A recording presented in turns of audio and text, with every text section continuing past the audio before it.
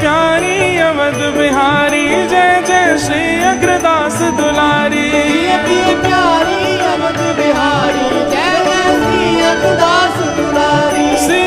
प्यारी अवध बिहारी जय जय श्री अग्रदास दुलारी। प्यारी अवध बिहारी जय जय श्री अग्रदास दुलारी। प्यारी अवध बिहारी जय जय श्री अग्रदास दुलारी। प्यारी अवध बिहारी जय जय श्री अग्रदास दुलारी। उत्सव तो हमारे रेवासा धाम में 20 तक मनवे वारो है, पर हमारी पुष्पांजलि तो आज ही विश्राम होएगी। इसलिए कल से तो फिर महापुरुषों के वचनामृत आप सुनेंगे, उनके साथ में गाएंगे। तो जाते जाते हमारे साथ ने गौर भाव से गाओ। प्यारी अवध बिहारी जय जय श्री अग्रदास दुलारी। प्यारी अवध बिहारी जय जय श्री अग्रदास दुलारी। प्यारी अवध बिहारी जय जय श्री अग्रदास दुलारी। प्यारी अवध बिहारी जय जय श्री अग्रदास दुलारी। प्यारी अवध बिहारी जय जय श्री अग्रदास दुलारी। प्यारी अवध बिहारी जय जय श्री अग्रदास दुलारी। प्यारी अवध बिहारी जय जय श्री अग्रदास दुलारी। प्यारी अवध बिहारी जय जय श्री अग्रदास दुलारी। प्यारी अवध बिहारी जय जय श्री अग्रदास दुलारी। प्यारी अवध बिहारी जय जय श्री अग्रदास दुलारी। प्यारी अवध बिहारी जय जय श्री अग्रदास दुलारी। प्यारी अवध बिहारी जय जय श्री अग्रदास दुलारी। प्यारी अवध बिहारी जय जय श्री अग्रदास दुलारी। प्यारी अवध बिहारी जय जय श्री अग्रदास दुलारी। प्यारी अवध बिहारी जय जय जय श्री अग्रदास दुलारी। प्यारी अवध बिहारी जय जय श्री अग्रदास दुलारी। प्यारी अवध बिहारी जय जय श्री अग्रदास दुलारी। प्यारी अवध बिहारी जय जय श्री अग्रदास दुलारी। प्यारी अवध बिहारी जय जय श्री अग्रदास दुलारी। प्यारी अवध बिहारी जय जय श्री अग्रदास दुलारी। प्यारी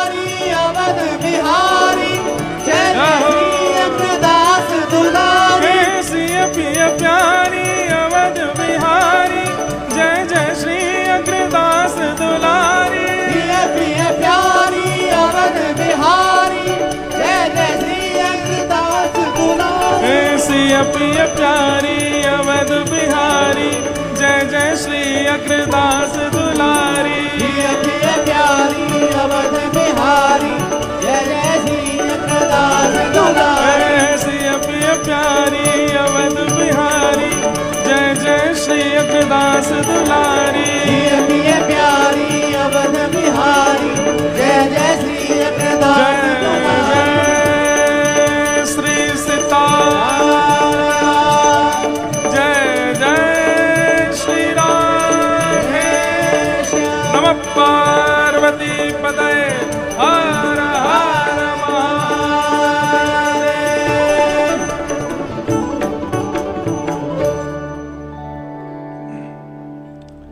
अवधपुरी सरयू तट बिहरे। अवधपुरी सरयू तट बिहरे। दशरथ प्राण प्यारो। दशरथ प्राण प्यारो। अग्रली प्रभु की छवि ने रखी। अग्रली प्रभु की छवि ने रखी। जीवन प्राण हमारो। जीवन प्राण रघुवर लागत है मोहि प्यारो, रघुवर लागत हे मोहे प्यारो, रघुवर लागत है मोहि प्यारो, रघुवर लागत हे मोहे प्यारो। श्री जानकीनाथ भगवान की, श्री वृंदावन बिहारी लाल की, श्री कनक बिहारी लाल की, श्री राधा रमण लाल की, श्री राधा वल्लभ लाल की, श्रीमद्भागवत महापुराण की, श्री सुखदेव जी महाराज की, श्री परीक्षित जी महाराज की, श्री अग्रदेवाचार्य जी महाराज की, श्री नाभा गोस्वामी जी महाराज की, गोस्वामी तुलसीदास जी महाराज की, सब संतन की, सब भक्तन की, सब विप्रन की, गिरिराज धरण की, जगत जननी श्री गौ माता की, भारत माता की जय जय श्री सीताराम, जय जय श्री राधे। प्यारे गिरधर लाल की जय।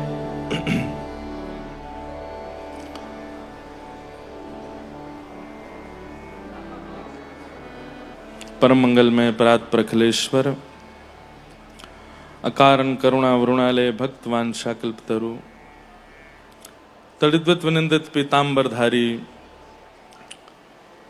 श्री बाल कृष्ण लाल की वांगमयी शब्दमयी वाणीमयी प्रतिमूर्ति हम आप सबके मध्य में विराजमान श्रीमद् भागवत महापुराण को बारंबार प्रणाम। सन्मुख विराजमान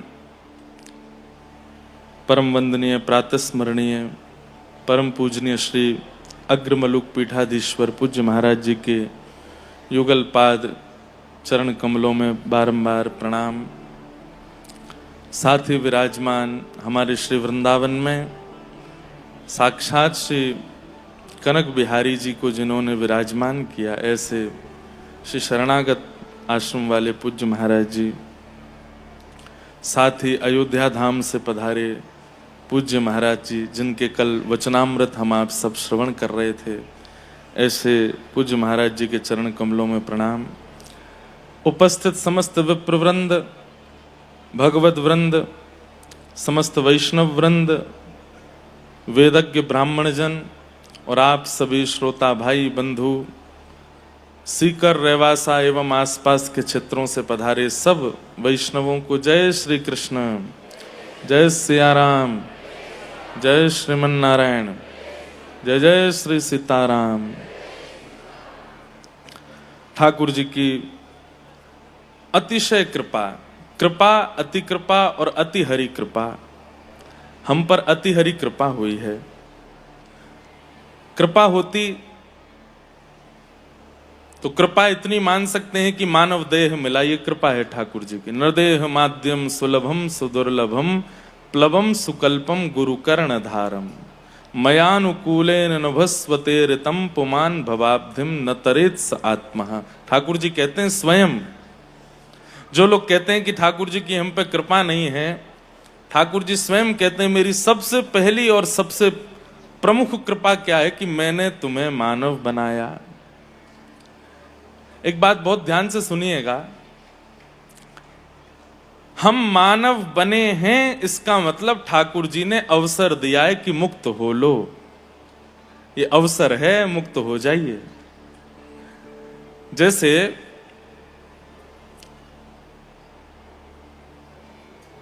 कोई व्यक्ति गहरी नदी में डूब रहा हो और उसी समय कोई बहता हुआ लकड़ा सामने आ जाए तो मतलब समझ लेना चाहिए कि ठाकुर जी ने अवसर दिया, इस पर चढ़ के निकल लो यहां से। ठीक वैसे ही इस संसार भवाटवी में हम सब जीवात्मा डूब रहे हैं, और उसी समय ठाकुर जी ने मानव रूपी एक लकड़ा भेजा, मतलब एक नौका भेज दी, हमें मानव बना दिया। और ठाकुर जी ने कहा ये अवसर मिला है, निकल लो। जो गुरु शरणा लेकर के, जो सत्संग की आश्रय में आकर के ऐसे सुंदर सुंदर उत्सवों में उपस्थित होकर के और यहां संतों के द्वारा कही गई वाणियों का जीवन में पालन कर लेते हैं, उनके साथ क्या होता है?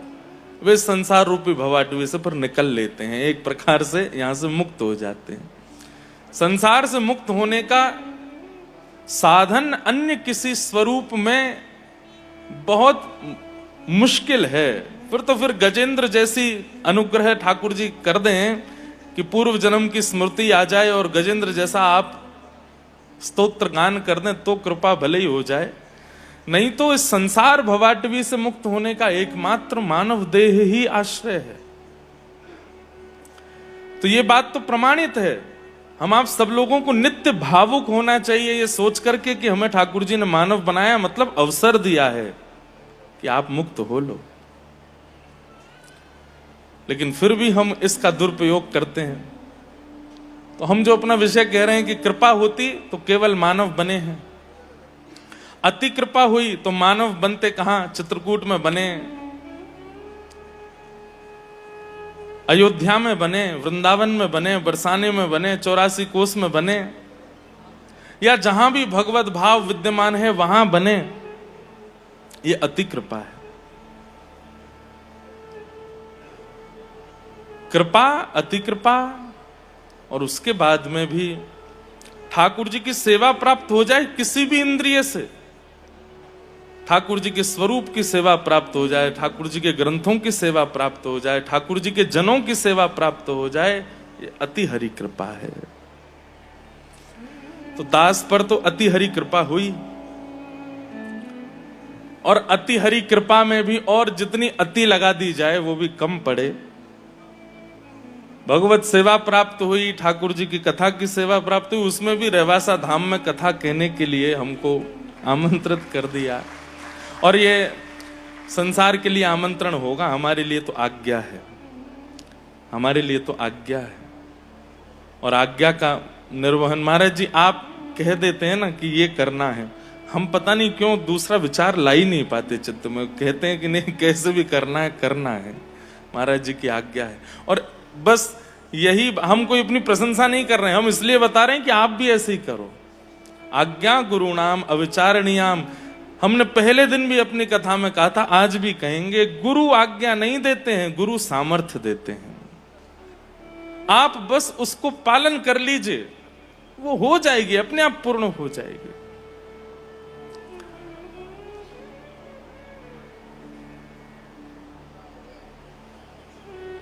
नित्य कुछ ना कुछ भाव मन में आते रहते हैं।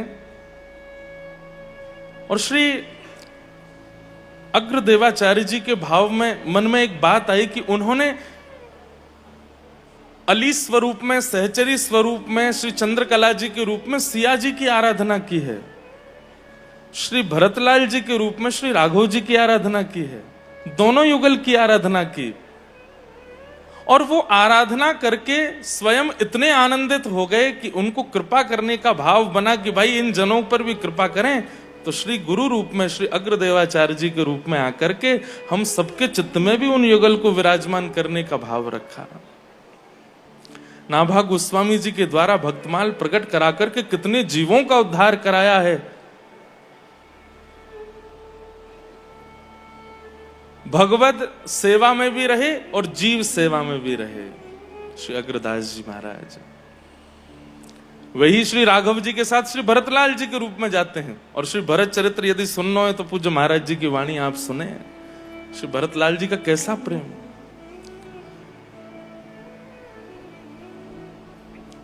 ऐसे श्री अग्रदास जी महाराज के चरणों में 7 दिन कुछ कहने का हमको अवसर मिला, ये हमारे लिए परम सौभाग्य की बात है। आज श्री रामानुज गुरु जी बड़े प्रसन्न हो रहे होंगे, हमारे पूज्य नाना जी बड़े प्रसन्न हो रहे होंगे, हमारे पूज्य दादाजी बड़े प्रसन्न हो रहे होंगे कि लाला ने चलो एक, वैसे तो कथा करना ही एक सौभाग्य है, लेकिन ऐसी दिव्य पीठ पर आकर के, ऐसी परंपरा की पीठ पर आकर के, ऐसे दिव्य महापुरुषों के सन्मुख अपनी वाणी से एक शब्द भी कह देंगे। अरे महाराज, श्री ध्रुव जी महाराज के सामने जब ठाकुर जी प्रकट हो गए तो ध्रुव जी बोलना नहीं जानते हैं, बोल नहीं पा रहे हैं। ठाकुर जी कह रहे हैं ध्रुव कुछ कहो, तो ध्रुव जी महाराज कह रहे हैं कि भगवान मैं कैसे बोलूं, आप तो ब्रह्मा आदि देवताओं की सुंदर लच्छेदार वाणी सुनते हैं, उन सबके सामने ये अबोध बालक क्या बोलेगा। ठाकुर जी मंद मुस्काते हैं और पशपर्श बालम कृपया कपोलो, अपने शंख का जैसे स्पर्श कराते हैं, श्री ध्रुव जी महाराज तुरंत बोलने लग जाते हैं। वास्तव में तो पूज्य महाराज जी ही अपनी कृपा दृष्टि से और श्री अग्रदेवाचार्य जी महाराज जी की दृष्टि में विराजमान होकर के दास से थोड़ा बहुत कुछ सेवा यहाँ करवा लिए हैं। आज उसका विश्राम यहाँ हो रहा है और हमने तो पहले ही महाराज जी से कह दी है, जबरदस्ती कह दी है कि मास कथा करने हम आएंगे एक बार मास पर्यंत, क्योंकि अभी तो अगर सही तरीके से देखा जाए तो प्रथम स्कंद पे ही कथा चल रही है। वो तो जन्माष्टमी आई तो हम जल्दी कृष्ण जन्म पे पहुंच गए, वहीं अभी भाव चल रहे हैं। श्री भीष्म पितामह जी की स्तुति पर ही अभी तो कथा वहां है। लेकिन महाराज जी कोई कार्य अगर अधूरा छोड़ जाएंगे तो फिर पूरा करने के लिए बुलाते रहेंगे बार बार। श्री राघव जी, श्री राम जानकी नाथ जी बुलाते रहेंगे। आज विश्राम दिवस है कथा का। कल हम लोग बड़े प्रेम और भाव से ठाकुर जी की मधुर लीलाओं का श्रवण कर रहे थे। कैसी लीला श्री ठाकुर जी वृंदावन में कर रहे हैं। लीला का कारण चित्त का आकर्षण। कई बार जीव ज्ञान मार्ग से भक्ति को नहीं चुनता, कई बार वैराग्य मार्ग से भी नहीं चुन पाता, पर कई बार ठाकुर जी की ऐसी प्रेम लीला होती है कि उन लीलाओं को श्रवण करके जीव का हृदय परिवर्तित हो जाता है। इसलिए ठाकुर जी कलियुगी जीवों पर कृपा करने के लिए अत्यंत सहज लीला कर रहे हैं, अत्यंत सरल लीला कर रहे हैं। अब कितनी लीलाएं तो हम मंच से बताते हैं, कितनी लीलाएं गौड़ रखते हैं और कई गौड़ लीलाओं को भी थोड़ा थोड़ा प्रस्तुत कर देते हैं। नहीं तो ठाकुर जी ने ऐसी ऐसी लीला करी है कि सुन करके हमारी बुद्धि में भी इंद्र और ब्रह्मा की तरह भावना आ सकती है, वास्तव में भगवान ही है ये ऐसी लीला कर रहे हैं। कौन पावे आँखों पार, प्रेम नदिया की सदा उल्टी बहे धार। कौन पावे आँखों पार, प्रेम नदिया की हमारे ब्रज में गाँव में प्रेम को प्रमुख वही वृंदावन धाम। प्रेम को प्रमुख वही वृंदावन धाम। प्रेम हित पायो श्याम रसिया ने नाम। हाँ, प्रेम हित पायो। और अंतिम बात तो बड़ी मजे की है, या जाने कहाँ गवार, जाने कहाँ। पढ़े लिखे इनके समझ में आवे वाली बात ना, और पढ़े लिखे इनको हमारे यहाँ गंवारे ही के, बुरा मत मानियो।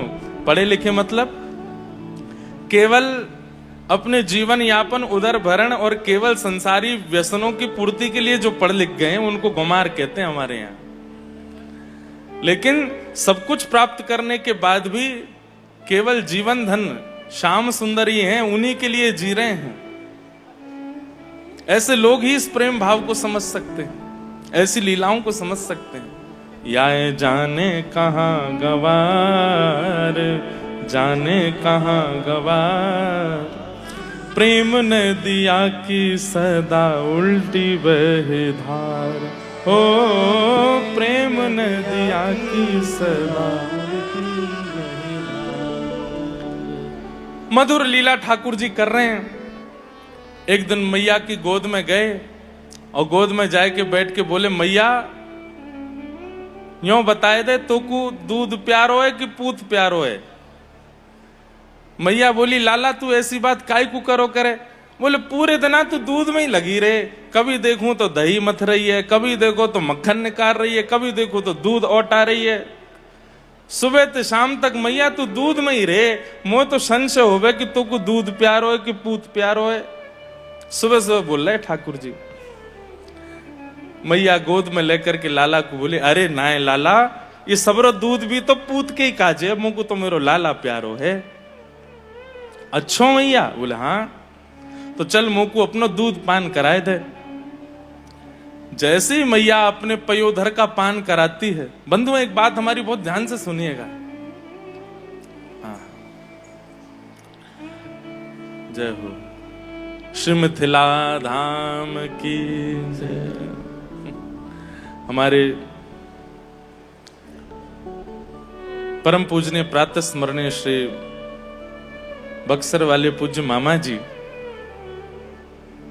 ऐसे पूज्य मामा जी के ही स्वरूप में जिनका दर्शन हम करते हैं और जिनके भाव से, जिनके कारण पूज्य मामा जी के आज भी बक्सर में अनुभव होते हैं, ऐसे पूज्य महाराज जी हमारे सन्मुख विराजमान हुए हैं। सब श्रोताओं की ओर से, रेवासा वासिन की ओर से महाराज जी को बारंबार प्रणाम।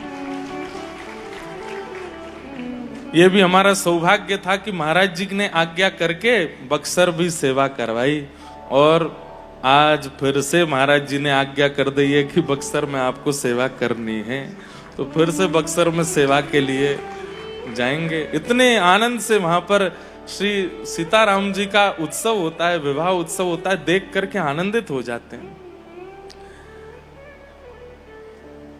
हमारी स्थिति परीक्षित जी जैसी है। हमने ठाकुर जी को देखा नहीं, परीक्षित जी ने जैसे नहीं देखा, सुखदेव जी से बस अनुभव करते हैं। ऐसे ही हम भी मामा जी के, पूज्य गुरुदेव भगवान का अनुभव आचार्य चरणों से ही करते हैं। हमें तो महाराज जी मिथिला और पूज्य मामा जी की वाणी गाने का बहुत मन होता है, पर हमारी वाणी में इतनी अच्छे से बैठ नहीं पाती, पर इस बार बक्सर में जरूर गाएंगे। इतना सुंदर वो भाव है। एक महाराज जी वो जब राम जी वाटिका में जाते हैं तो प्रश्वेत के बिंदु आ रहे हैं और उस समय जो लीला वहां दर्शन करने का अवसर मिला इस बार, और पूरा याद नहीं, याद है ही नहीं हमको। उसमें एक शब्द ही था बस कि गुलगुलैया ऐसे करके कुछ शब्द था। क्या क्या है? काई छूटे रे राम पसीना। हाँ, उसमें एक वो गुलगुलैया शब्द कुछ था। हाँ, हाथन के लिए कोई उपमा है। हाँ, ऐसे ही। इस बार महाराज जी हम गाएंगे, इस बार अभ्यास करके आएंगे तो वहां जरूर मामा जी की वाणी सुनाएंगे। तो यशोदा मैया कह रही हैं, लाला ये सबरो दूध मेरे लाला के काजे ही तो है, पूत के काजे ही तो है। अच्छो मैया? बोले हाँ। तो चल मुंह को अपना दूध पिवाए दे। ठाकुर जी दूध पान करन लगे।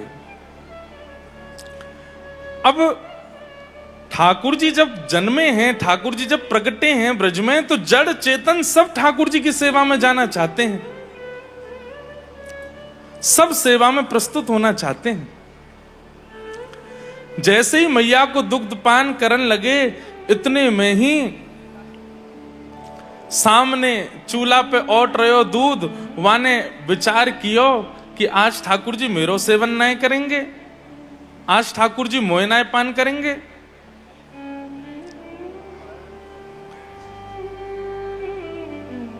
आज मैया के दूध से ठाकुर जी तृप्त हो जाएंगे, तो गैया को दूध जो औट रहे हो है, अपने प्राण त्यागन लगो। तो जैसे दूध बहुत उफन के बाहर आता है, ऐसे दूध उफन के बाहर आने लगा। उसके पीछे भावना ये थी कि वो चैतन्य हो गए हैं, वहां दुग्ध की भी ये भावना रहती है। महाराज जी एक प्रसंग आता है ना कि श्रीमद वल्लभाचार्य जी के पास में एक बार 3 लोग रोते हुए आए, तो महाप्रभु जी बोले तुम रो क्यों रहे हो? तो वे बस हाथ जोड़ करके यही बोलते रहे, हमें ठाकुर जी की सेवा से दूर मत करो, हमें ठाकुर जी की सेवा से दूर मत करो। महाप्रभु जी बोले कौन दूर कर रहा है तुमको? तुम ऐसे रो क्यों रहे हो? बस वे यही कहते रहे, हमें ठाकुर जी की सेवा से दूर मत करो, रोते रहे। महाप्रभु जी बोले ये सामान्य जीव नहीं है, कोई और हैं। और जब उन्होंने अपने भाव से उनको देखा तो पता लगा कि श्रीनाथ जी की रसोई में जब रसोई सिद्ध की जा रही थी, उस समय चावल का माण अलग करते समय 3 चावल के दाने नाली में बह गए। तो वे ही तीनों दाने ठाकुर जी के सेवा से वियोग के कारण मानव रूप धारण करके आए और महाप्रभु जी से बोले, हमें ठाकुर जी की सेवा से दूर मत करो। सोचिए, आप केला लेकर के गए हैं, वो जानकीनाथ मंदिर से जब तक बाहर है तब तक केला है, भीतर जैसे ही आप प्रविष्ट करते हैं तभी कोई दिव्य चेतना उसमें विराजमान हो जाती कि हम कैसे भी जानकीनाथ जी के सामने पहुंच जाएं, उनकी दृष्टि पड़ जाए और हमारा भी उद्धार हो जाए। हमारा केला होना सफल हो जाएगा आज अगर हम ठाकुर जी के सन्मुख पहुंच गए तो। हमारा दाल होना सफल हो जाएगा, हमारा अन्न होना सफल हो जाएगा अगर हम ठाकुर जी के सन्मुख आ गए तो। अरे कहां तक कहें, ये पृथ्वी भी अन्न जल और जो कुछ भी वस्तु प्रकट करती है आपके मेरे सेवन के लिए नहीं, ये प्रकट तो ठाकुर जी के भोग के लिए ही करती है। जब ठाकुर जी उसको भोग बना देते हैं उसके बाद हमारा अधिकार होता है उसको सेवन करने का। व्यक्ति जब बिना ठाकुर जी को निवेदित किए कोई वस्तु सेवन करता है तो पृथ्वी को बहुत कष्ट होता है। मैंने तेरे उदर के काजे नहीं प्रकट कियो, ये तो मैंने यूं सोची तेरे घर में ठाकुर जी उनको भोग लगाएगो, लेकिन आप स्वयं पा रहे हो, उसका फिर सूक्ष्म पाप लगता है। इसलिए हर वस्तु ठाकुर जी की सेवा में उपस्थित होना चाहती है। नंद भवन में जो दूध औट रहे है वाको भी यही भाव रहे, मैं कितनी भी तेज अग्नि है जाए दूध जले ना है नंद भवन में, काय को वाकई भी मन में भाव रहे कि मैं इतना ही औटूं कि श्री लाल जी को सेवन करने में सुख मिले। लेकिन आज ठाकुर जी ने जब मैया को दूध पी लियो तो दूध बोलो अब मैं कोई और के मुख में नहीं जाऊंगा, निकर करके जैसे ही अपने प्राण त्यागन लगो। इतने में मैया ने देखी, अरे ये तो दूध निकर के सबरो बाहर जल रहा है, दूध पी रहे हैं ठाकुर जी गोद में। तो मैया ने दूध उबल तो भयो जैसी देखे तो ठाकुर जी उठा के नेक किनारे धर दे, लाला नेक रुक अब ही आऊं। ठाकुर जी बोले कहां गई मैया, देखी तो दूध संभालवे गई है। ठाकुर जी खड़े होके बोले अब ही मैंने पूछी कि दूध प्यारो की पूत, और फिर पूत को गोद में लेके दूध के पास चली गई है। मैया रुक जा, जे दूध तो बहुत ज्यादा प्यारो में या दूध ही देखूंगा आज। और श्री ठाकुर जी बाहर ते गए, इतनो एक छोटा सा एक पत्थर जैसा लेके आए और जो मैया मटकी बिलो रही वही में दे मारो। बोले सबको दूर कर दूंगा जो मोह मेरी मैया ते दूर करे। इसके पीछे भावना क्या है? आपके घर के ठाकुर जी आपके लिए आए हैं, लेकिन आप केवल उनको अपनी मनोकामना पूर्ति के लिए पूजते हैं, और जैसे ही कोई कार्य आता है, जैसे कोई और विशिष्ट दिखता है उसकी ओर अग्रसित हो जाते हैं। तो ठाकुर जी को बहुत पीड़ा होती है। बोले अच्छा मैं सब कछु छोड़ छाड़ के तेरे काजे आए और तू फिर भी दूसरे इनको प्रमुखता दे रहा है।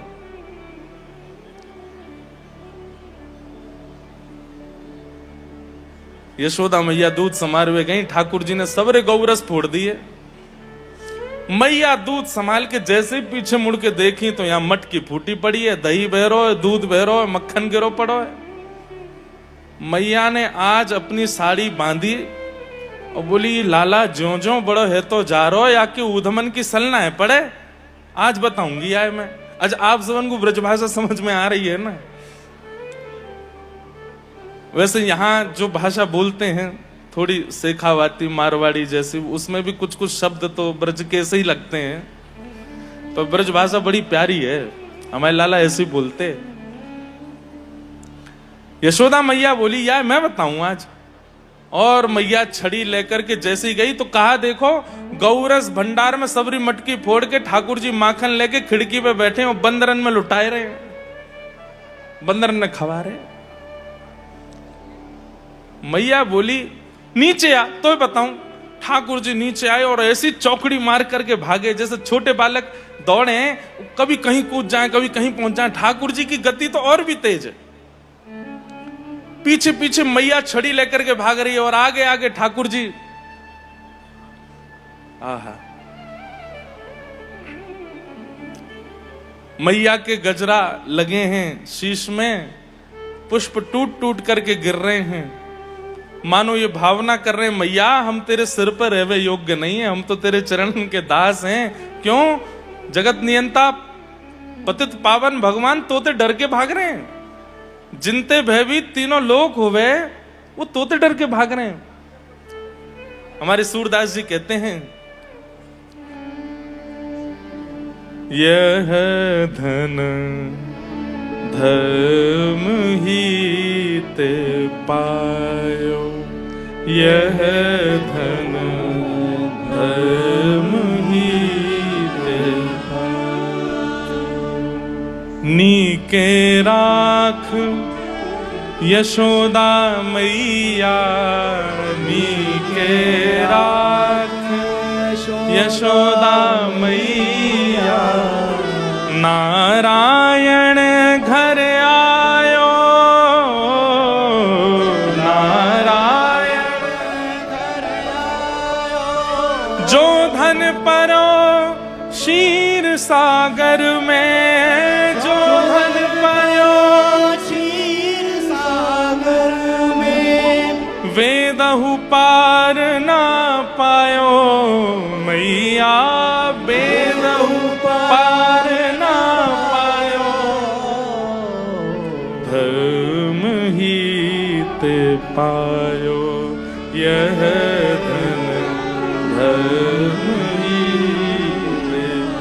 मैया तू जा लाला के पीछे छड़ी लेके भाग रही है, देवता कह रहे आकाश से, वेद भी नेति नेति कह करके पुकारते हैं, हम देवता भी जिनका पार नहीं पा सकते, जो क्षीर सागर में शेषनाग पर लेटते हैं, वो तेरे घर लाला बन के आए और तू छड़ी लेके भाग रही है उनके पीछे। अरे भैया मैया छड़ी लेकर के भाग रही है ये एक पक्ष है, लेकिन दूसरा पक्ष ये भी तो देखो कि परमात्मा डर के भाग रहे है आगे आगे।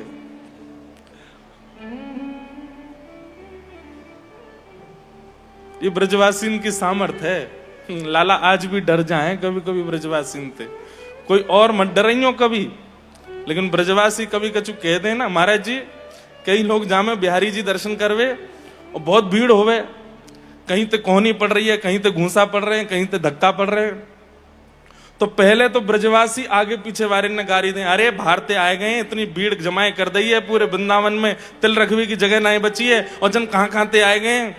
और जैसे ही बिहारी जी के सामने पहुंचेंगे ना, वाह शाबाश है बंसी वारे, हम बे ऊपर बैठो है चांदी के सिंहासन पे और यहाँ हम ब्रजवासी की जगत कर रखी है। लेके आए 101 रुपया चढ़ावे को, 100 वापस धर लेंगे, बोले एक ही दूंगा, ले बैठो रे राजी, बैठो रे ऐसे ही। और वो भी कहीं गुल्लक में ला चढ़ा दे, ये फेंक दे। ये ब्रजवासी है भैया। श्री स्वामी हरदास जी की परंपरा का एक ग्रंथ दिया था लाला ने, तो वहां में एक महाराज जी एक बहुत सुंदर कथा सुनी कि एक दिन महाप्रभु जगन्नाथ जी बड़े आनंद में, पुजारी जी ने कपाट खोला तो आज ठाकुर जी के अधर अलग ही चमक रहे हैं। तो पुजारी जी ने जाकर के महाप्रभु जगन्नाथ जी को प्रणाम किया, बोले जय जय, आज बड़े प्रसन्न लग रहे हो। इतने में ही ठाकुर जी अपने ब्रह्म वेदी पे ऐसे झूमन लगे। तो पुजारी जी बोले अरे आज इतने आनंद में क्यों है नाथ? ठाकुर जी बोले अबई अबई ब्रज मंडलते कछु ब्रजवासीन की टोरी जगन्नाथपुरी दर्शन के काजे निकसी है। तो मैं बड़ा आनंद में आ गया हूं, अब मुंह को यूं लग रही है वो कब आएंगे, कब मेरे सन्मुख आएंगे, मैं उनको कब देखूंगा। तुम सुनो हमारी बात, उनको 4 दिना को समय लगेगा, उनके काजे भोजन की व्यवस्था, रहवे की व्यवस्था, उनके विश्राम की सब व्यवस्था करवाए दो। महाप्रभु जगन्नाथ जी प्रसन्न होते हैं जब कोई ब्रजवासी आता है। तो भैया एक बात सुनिएगा, कितने भी बड़े बन जाइए, बड़ी पदवी पर होने के बाद भी अगर किसी के प्रति संकोच या भय तो नहीं कहेंगे, हल्का संकोच रखते हैं ना, असली प्रेम आपका उसी से है जिससे आप संकोच रखते हैं। ठाकुर जी बहुत संकोच करते हैं। महाराज जी श्रीनाथ जी नेत्र नीचे रखते हैं ऐसे, इसके पीछे कई कारण बताते हैं। हमारे पुष्टि मार्ग में कहते हैं कि ठाकुर जी चरणन में देख रहे हैं, बोले जो शरणागत है वहीं पे मेरी दृष्टि है, सीधा अर्थ तो ये है। पर हमारे ब्रज के एक लोग कहें, बोले लाला संकोच में दृष्टि नीचे करके खड़ो है। बोले काहे को? कहीं मेरे सामने ब्रजवासी आए गए और उनको देख के मेरो मन यहाँ मेवाड़ में नहीं लगो तो संग जावे को मन करेगा, या हमारे नीचे देख रहे हैं। एक बार दो ब्रजवासी गए श्रीनाथ जी को दर्शन करवे। अब श्रीनाथ जी में जब जाते हैं तो वहां जय जयकार बड़ा सुंदर लगता है। कृष्ण कन्हैया लाल की जय, गिरिराज धरण की जय, श्याम सुंदर यमुने महारानी की जय, गुसाई जी परम दयाल की जय, पूछरी के लौथा की हुप हुप। अब जय जयकार है रहे हो। ब्रजवासी आपस में चर्चा कर रहे हैं, बोले हैं रे इतनी जय जयकार है रही है, पर लाला अबऊ नीची दृष्टि करके खड़ो है, ऊपर देखे ही ना रहे हो, या की दृष्टि हम पे पड़ ही ना रही। तो ब्रजवासी मन में सोचे, बोले सबरी जय जयकार कर दें, पर वो तो कर ही ना जाते जो खुश हो। बोले कौन सी? बोले संग में बोलो, बोलो वृषभानु के जमाई की।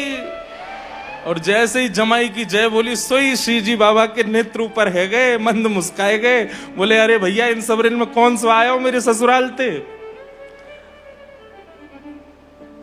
ब्रजवासियों से बहुत प्रेम करते हैं ठाकुर जी, बहुत प्रिय लगते हैं। इसलिए भैया ब्रजवासी ने थोड़े अल्लड़पने में कछु कहू दे ना, इनने ठाकुर जी ना छोड़े तो आप कौन हो? ये ठाकुर जी ना कछु सोचे तो फिर आप कौन हो? जो महाराज जी गाते हैं एक रसिया हमारे ब्रज को, यह वृंदावन की लीला मत जानो याए गुड़ को चीला। वृंदावन की लीला याए जानो ना गुड़ को चीला।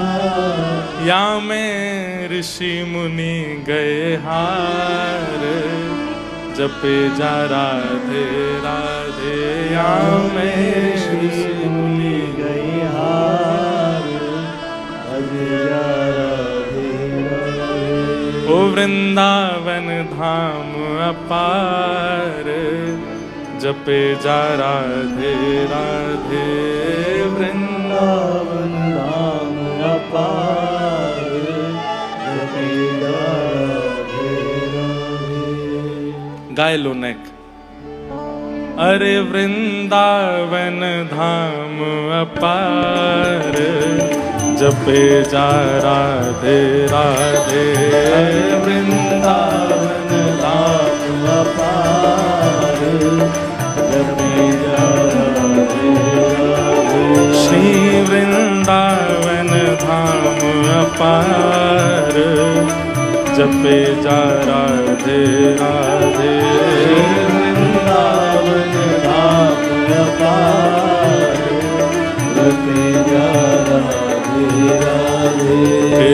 जपे जा राधे राधे, रटे जा राधे राधे।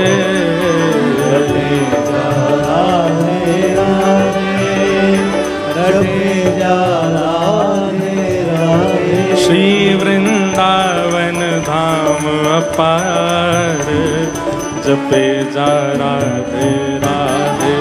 श्री वृंदावन धाम अपार, जपे जा राधे। और जो राधा नाम न हो तो रसराज विचारो रो तो। जो राधा नाम न हो तो रसराज विचारो रो तो। जो राधा नाम न हो तो रसराज विचारो रो तो। राधा नाम न हो तो रसराज विचारो और रो तो। ओ नहीं होत कृष्ण अवतार, रटे जा राधे राधे। नहीं होत कृष्ण अवतार, जपे जा राधे। हे श्री वृंदावन धाम अपार, रटे जा राधे राधे। वृंदावन धाम अपार, जपे जा राधे राधे। ओ जो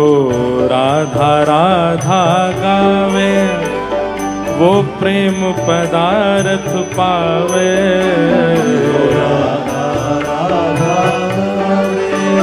वो प्रेम पदार्थ पावे। जो राधा राधा गावे सोई प्रेम पदार्थ पावे। राधा राधा गावे सोई प्रेम पदार्थ पावे। अरे वाको है जाए बेड़ा पार, रटे जा राधे राधे। वाको है जाए बेड़ा पार, रटे जा राधे राधे। श्री वृंदावन धाम अपार, रटे जा राधे राधे। वृंदावन धाम अपार, जपे जा राधे राधे। राधा वृषभानु दुलारी, श्री कृष्ण चंद्र की प्यारी। श्री वृषभानु दुलारी, श्री कृष्ण चंद्र की प्यारी। ओ राधा वृषभानु दुलारी, श्री कृष्ण चंद्र की प्यारी। वृषभानु दुलारी, श्री कृष्ण चंद्र की प्यारी। ओ वह कीरत की राज दुलारी, वह कीरत राजकुमारी। जपे जा राधे राधे। ओ कीरत राज दुलारी, जपे जा राधे राधे। श्री वृंदावन धाम अपार, रटे जा राधे राधे। वृंदावन धाम अपार, जपे जा राधे राधे। जो वृंदावन के वासी, जो वृंदावन के वासी, श्री राधा नाम उपासी। श्री राधा नाम उपासी। ओ यह वृंदावन के वासी, वृंदावन के वासी, श्री राधा नाम उपासी। राधा नाम उपासी। ओ यहाँ है रयो नित्य बिहार, जपे जा राधे राधे। ओ यहाँ है रयो नित्य बिहार, जपे जा राधे राधे। श्री वृंदावन धाम अपार, रटे जा राधे राधे। श्री वृंदावन धाम अपार, जपे जा राधे राधे। कुंजन में रास रचायो, श्री अली माधुरी गायो।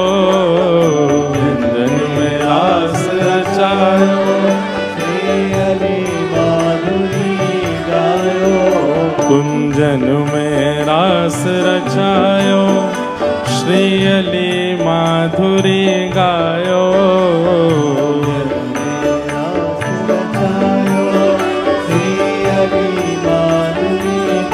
ओ वह निरखे नित्य विहार, जपे जा राधे राधे।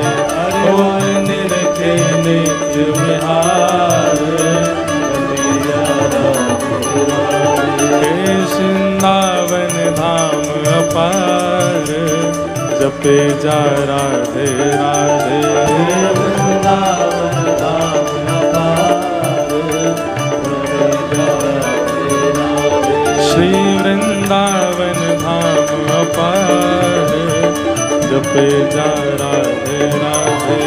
वृंदावन धाम अपार, जपे जा राधे राधे। तो भैया वृंदावन की लीला तो ऐसी है कि यहाँ परमात्मा भी अपने प्रभुत्व को भूल करके लीला करते हैं। वैसे तो प्रभुत्व हमारे श्री राघव जी भी कई बार भूलते हैं, और नहीं भूलते तो फिर सखीन के द्वारा भुलवाए जाते हैं। एक महाराज जी लीला है, एक कथा तो सबको पता ही है, और हो सकता है ये भी सुनी हो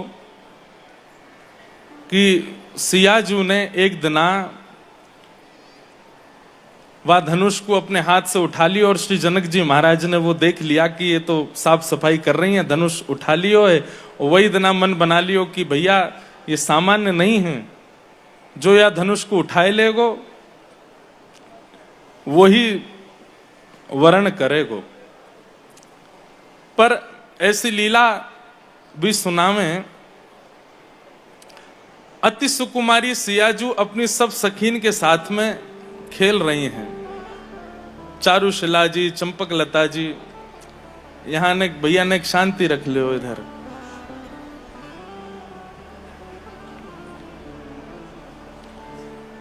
सिया जी सब अपनी सखीन के साथ में खेल रही हैं, और वही समय चंद्रकला जी, चारुशिला जी, लक्ष्मणा जी, सुभगा जी सब सिया जी के पीछे भाग रही हैं। छुआ छाई, जो जामे स्पर्श करें, ऐसा कोई खेल खेल रही हैं। तो सिया जी खेलते खेलते खेलते धनुष के पास पहुंची, और वही के चारों तरफ घूमने लगी। तभी श्री सियाजू की चुनरी की एक छोड़ धनुष के किनारे में अटक गई, जैसे कभी चुनरी कहीं इर्ज जाए, अटक जाए। और जैसे ही चुनरी अटकी है, इतने में ही धनुष अपने स्थान से हिल करके नीचे गिरा, और सियाजी दौड़ रही हैं, और वही में वो धनुष इरज करके पीछे पीछे बस चलती जा रही है सियाजी, और पीछे धनुष भी है, उनको पता ही नहीं चल रही है। धनुष के घर्षण से अद्भुत चिंगारियां प्रकट हो रही हैं, आकाश में बादल गड़गड़ कर रहे हैं, पृथ्वी थोड़ी थोड़ी भूचाल जैसा हो रहा है। महाराज सामान्य धनुष नहीं है। और चारू शिला जी इस दृश्य को देख रही हैं। चंद्रकला जी से जाके कहें, अरे आप सिया जी को रोको, ये क्या कर रही हैं? ये तो धनुष ऐसे इनके पीछे ही चलो जा रहे है। चंद्रकला जी बार बार कह रही हैं, सियाजू सावधान, सियाजू सावधान। तो सीता जी को लगी ये हमको छूना चाह रही हैं, या हमारे सावधान सावधान बोल रही, तो और तेज दौड़ी। अब धनुष महाराज कभी तो कहीं पत्थर में लगे, कभी कहीं करे, पूरे वन में घूमिया ही धनुष पीछे ही लटको भयो है। अब आप विचार कीजिए, हमारी सियाजू को कैसो प्रताप है, उनको कैसो बल है, लेकिन कितनी कोमलांगी है। इतने में ही चंद्रकला जी युक्ति बना करके सिया जी के सामने आई, दोनों भुजा आगे करके बोली, नेक रुको। बोले नहीं, तुम मुझको छुओगे नहीं, छूनो नहीं, पीछे देखो। तो जैसे ही सीता जी ने पीछे देखो, तो धनुष जिस स्थान पर रखा, वहां से लेके जहां तक सीता जी आई, उतने मार्ग में दरार पड़ गई, और धनुष से अद्भुत चिंगारियां प्रकट हो रही थी। सीता जी देख करके घबरा गई।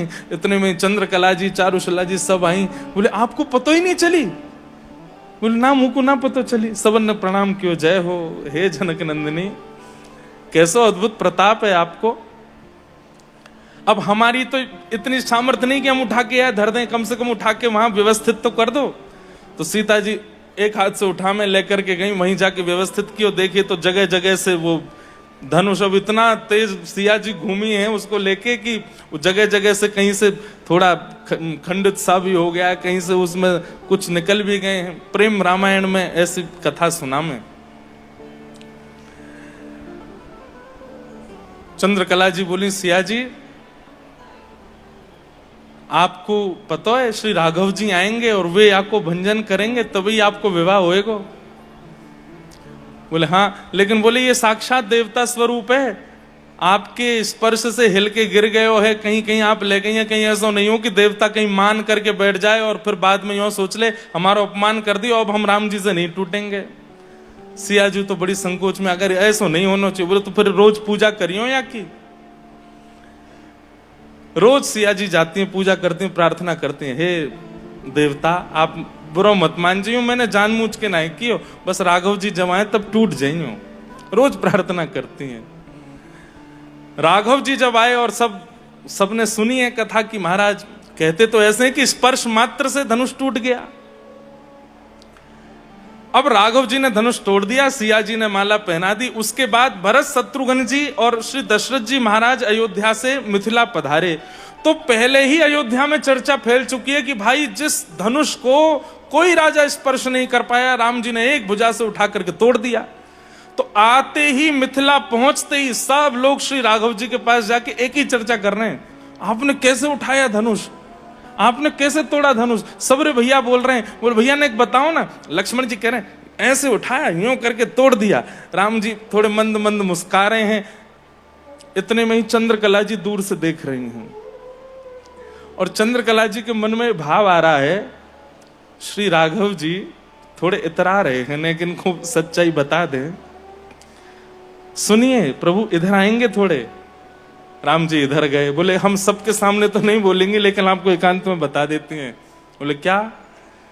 बोले धनुष तो बाल्यकाल में श्री जी के ही लीला से ही जीर्ण शीर्ण हो गया था, वो तो आपकी थोड़ी लाज रखी जाए, थोड़ा आपका स्पर्श होके टूट टाट जाए तो ब्याह संपन्न हो जाए, इसलिए वो व्यवस्थित करके धर दिया था। बाकी तो वो तो पहले ही उसकी जितना बल था, जितनी योजना थी, जितनी सामर्थ्य थी, वो तो श्री जी पहले ही उसको नष्ट कर चुकी हैं।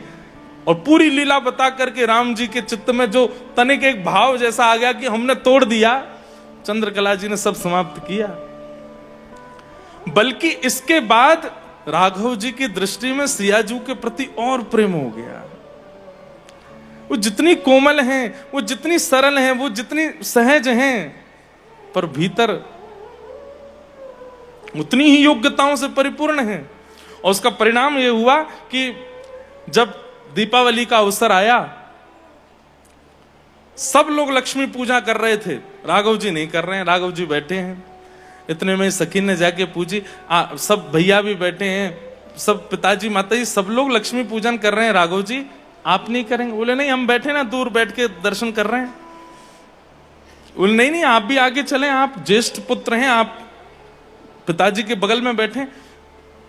तो ठाकुर जी सखीन से विनोद भाव में कहें, हम तो अपनी महालक्ष्मी का पूजन करेंगे, ये सब करके चले जाएं, वाके बाद महालक्ष्मी को पूजन करेंगे। बोले महालक्ष्मी कौन?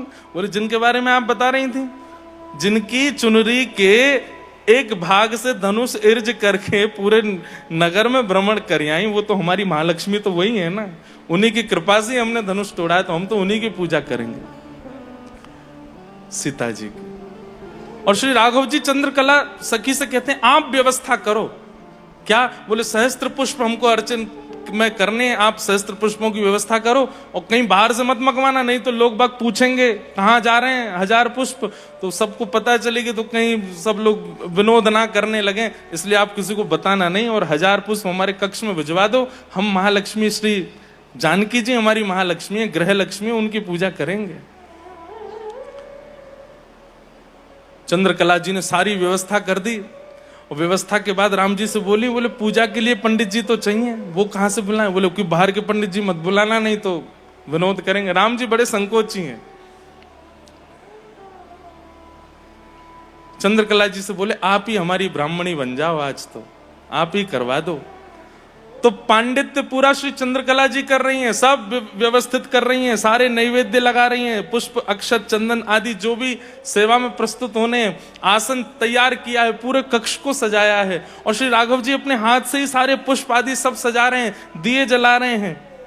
सीता जी सब कार्यों से निवृत्त होकर जैसे ही कक्ष में आई, कक्ष में आकर के देखा तो यहां तो अद्भुत था।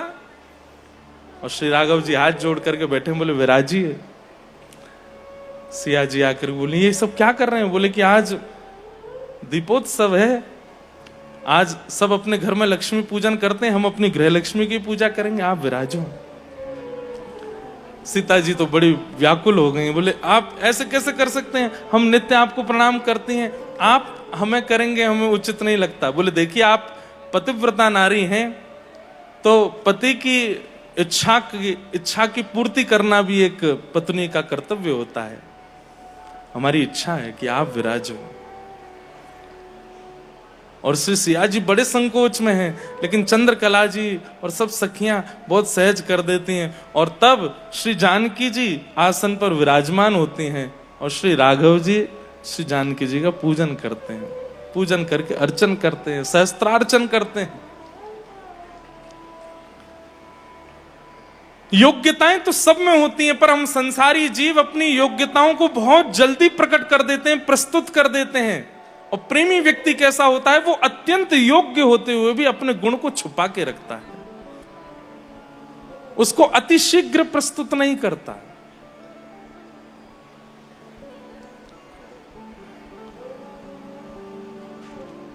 ठाकुर जी परम प्रवीण हैं, परम योग्य हैं, लेकिन यशोदा मैया के सामने प्रेमी बन गए तो ठाकुर जी दौड़ रहे हैं आगे, यशोदा मैया पीछे दौड़ रही हैं। दारी के रुक तो बताऊंगी मैं।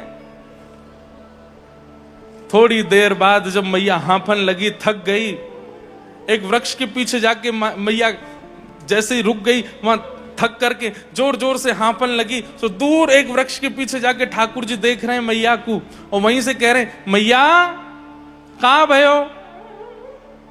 मतलब ठाकुर जी को भय भी लग रहा है और चिंता भी हो रही है मैया की। मैया तू को कहां भयो, तू काहे को रुक गई? मैया बोली, लाला मैं बहुत हार गई हूं, दौड़ दौड़ के मेरी सांस उखड़ गई है और मुंह पे तो अब चलो ही नहीं जा रहा। अच्छो मैया तेरी हार कैसे दूर होएगी? बोले, अगर मेरो लाला दौड़ के आवेगो, मेरे कंठ ते लग जाएगो तो मेरी हार दूर रह जाएगी। ठाकुर जी एक बार को तो चल पड़े। अब सोचो कितने सहज हैं ठाकुर जी। एक बार को चल दिए मैया के पास और फिर रुक करके बोले, ना मैया मैं ना आऊंगा तेरे पास। बोले, क्यों? बोले, तेरे हाथ में जो छड़ी है ना, या तो मुझको डर लगे, या के कारण मैं तेरे पास ना आऊंगा, पहले या को फेंक तब आऊंगा। यशोदा मैया इस समय एक जीवात्मा का प्रतिनिधित्व कर रही हैं, और ठाकुर जी तो परमात्मा हैं ही। लेकिन यशोदा जी के हाथ में जो छड़ी लगी है, ये छड़ी क्या है? चाहे इसे अभिमान कहो, चाहे इसे काम कहो, चाहे इसे क्रोध कहो, चाहे इसे लोभ कहो, ये जितने भी अवगुण संसार में हम आप सबके चित्त में प्रकट होते हैं, ये सब वही छड़ी हैं जिन छड़ी से ठाकुर जी दूर भागते हैं। ठाकुर जी आना तो चाहते हैं, लेकिन थोड़े समीप आते आते फिर रुक जाते हैं, और फिर हमारे अंतस्थ में इस छड़ी को जब देखते हैं कि इसके चित्त में अभिमान है, क्रोध है, लोभ है, ईर्ष्या है, द्वेष है, अभिनिवेश है, ठाकुर जी फिर रुक जाते हैं। और तब ठाकुर जी कथाओं के माध्यम से, आचार्यों की वाणी से आपको संकेत दिलवाते हैं कि मुझको ये छड़ी प्रिय नहीं है, पहले इसको छोड़ो। और जैसे ही आचार्यों की वाणी सुनकर के आप अपने उस अवगुण का त्याग करते हैं, तो आपको नहीं जाना पड़ता, ठाकुर जी दौड़ के आते हैं। जैसे ही मैया ने छड़ी दूर फेंकी, ठाकुर जी दौड़ करके गए और मैया के अंक से जाए करके लिपट गए। क्या ठाकुर जी को नहीं पता कि मैया गुस्सा में मुझे पकड़ लेगी? ठाकुर जी जानते हैं, लेकिन ठाकुर जी संकेत दे रहे हैं, एक बार अपने अवगुण का त्याग कर दो, हम आएंगे दौड़ के। ठाकुर जी दौड़ करके गए, मैया के अंक से लग गए। थोड़ी देर तो मैया ने अंक में रखे, लेकिन थोड़ी देर बाद मैया बोली, लाला ऊधमी है गो तो को आज मैं दंड दूंगी। और मैया लाला को पकड़ करके ले गई और एक ऊखल से बांध दियो। बंद भी नहीं पा रहे हैं ठाकुर जी, बार बार रस्सी छोटी पड़ रही है, लेकिन स्वयं ही कृपा करके मैया के मुखमंडल को देख करके ठाकुर जी के मन में भाव आयो, मैया इतना श्रम कर रही है, मैं बंद जाऊं। और ठाकुर जी बंद गए। आज तो को ना दूध मिलेगा, ना रोटी मिलेगी, ना मक्खन मिलेगा, खड़ो रही यहीं पे धूप में। ऐसा कहकर के मैया तो चली गई। ठाकुर जी सोचे, अब मैं कहां करूं? ठाकुर जी बंधन में नहीं आ सकते, पर एक के बंधन में आ सकते हैं, अहम भक्त पराधीन।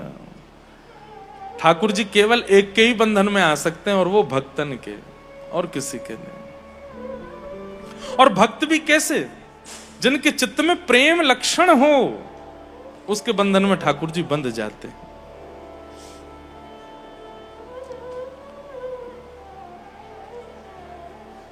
गोपाल भट्ट गोस्वामी जी श्री राधा रमण लाल जी को वृंदावन में विराजमान कर गए। ठाकुर जी आज भी उसी परिपाटी से अपनी सेवा करा रहे हैं। क्यों? आज भी स्मरण करते हैं श्री गोपाल भट्ट गोस्वामी का, और उसी भाव से ही सेवा कराते हैं। श्री गोविंद देव जी आज